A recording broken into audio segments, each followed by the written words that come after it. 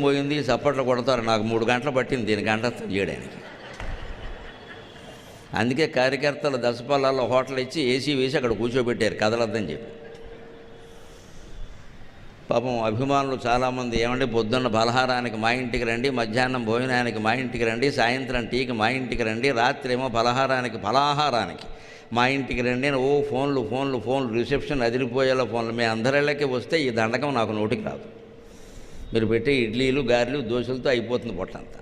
దయచేసి ఎవరు ఇంటికి రమ్మని పట్టుబట్టకండి, రాకపోతే మరోలా అనుకోకండి.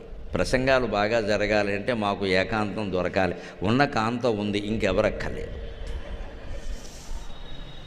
ఇది కొంచెం అర్థం చేసుకోవాలి భక్తులందరూ. పాపం చాలామంది మెసేజ్లు పెట్టారు కాబట్టి నేను సభాముఖంగా చెబుతున్నాను. కార్యకర్తలను కూడా అడిగారు, అయిపోగానే మా ఇంటికి రమ్మనండి, మేము సన్మానం చేసి పంపిస్తాం. నేను ఖచ్చితంగా దోషిలు యొగ్గి మిమ్మల్ని భిక్ష అడుగుతున్నానమ్మా. ఈవేళ నేను చెప్పబోయే 2 గంటల ప్రసంగంలో మీకు నచ్చినవి ఆచరించండి. నాకు కావలసిన భిక్ష అది, ఆచరణ భిక్ష. ఆచరణ ఉంటే తప్ప ఆ చరణాలు దొరకవు.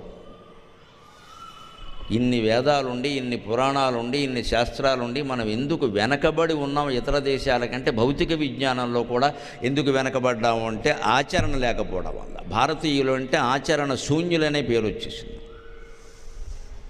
వాళ్ళు పూజలు చేస్తారు, అభిషేకం చేస్తారు, గంగానదిలో 16 సార్లు మునుగుతారు. జీవితంలో మాత్రం నీతి పాటించడం. ఇన్కమ్ ట్యాక్స్ ఎగ్గొట్టేస్తాడు. వీలైతే దొంగ టికెట్లు బుక్కించి ప్రయాగరాజ్ వెళ్ళామని చెప్పేస్తాడు. దానికి ఏమీ శంకించడు.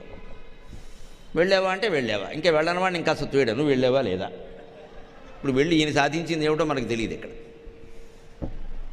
హోటల్స్ వాళ్ళని, విమానాల వాళ్ళని పోషించడం తప్పితే ఆచరణకి ప్రాధాన్యం ఇవ్వాలి. ఆచరణకి ఒక చిన్న దండకంలో ఎన్ని విశేషాలు ఉన్నాయో చూడండి. శ్రీ సూర్యనారాయణ వేద పారాయణ లోక రక్షామణి దైవ చూడామణి.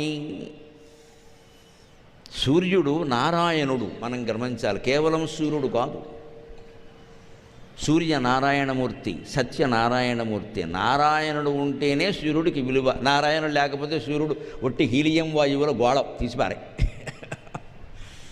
సైన్స్కి మతానికి ఎక్కడ సంబంధం ఉంటుంది? సూర్యుడు అంటే సైన్సు, నారాయణుడు అంటే మతం. ఏదో వదిలేస్తామండి, సూర్యనారాయణుడు మొత్తం పేరు.